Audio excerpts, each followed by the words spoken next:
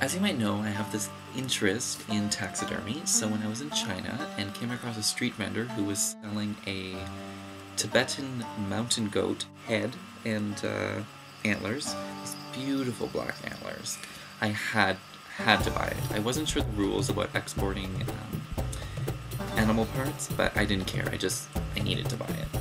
So I got it, and then when it was time to leave China, I was a little worried. I put it in my carry-on and just thought, I'm gonna play dumb.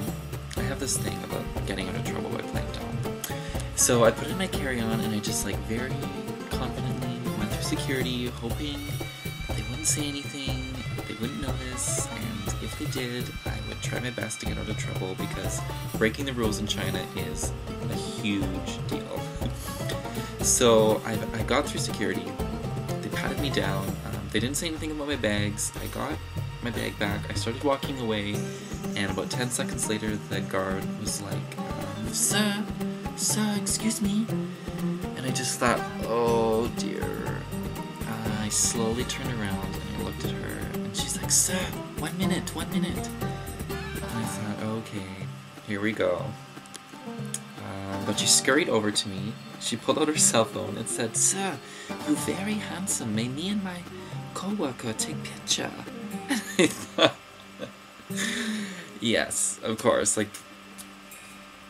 what could I say? And that's been the theme my entire trip in Asia. Today, I'm in Japan now. I was at a cherry blossom festival. The park was full of school children, and on numerous occasions, I would see groups of junior high and high school aged girls, looking at me and giggling and pointing, and I thought, okay, I'm the tallest, whitest, blondest person in this entire park. It's very obvious who they're talking about. So, I would kind of play it up. I would look at them, I would wave, do the peace, they would giggle, and then I would walk over and go, oh, konnichiwa, and they would just lose it. They would shriek, they would laugh. One girl in particular, she could just hardly stand it.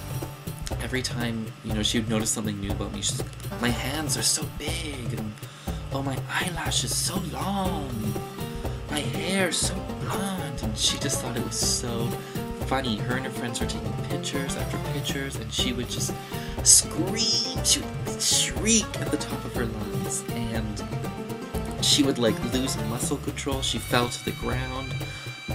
I shook her hand, and she just was trembling, and then she would just burst out in the scream, and it's so strange to us that it was so normal for them to react like that, because I was just so extremely foreign, and for them to express what they think about you aesthetically is very common, and she just screamed, and her friends, they asked for my email, they took picture after picture. One girl's like, oh, will you come back to my house with me?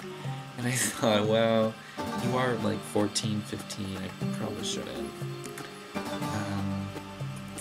Anyways, by the time I got home, I already had 3 emails from the girls.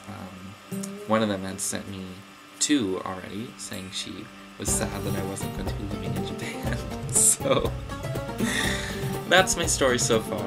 The swarm of girls and the close call with the Tibetan antelope.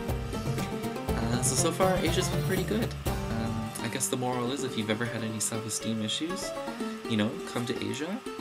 They'll help you fix it. They'll make you feel good. Well, unless you're ugly or fat, they'll probably just make it worse. So,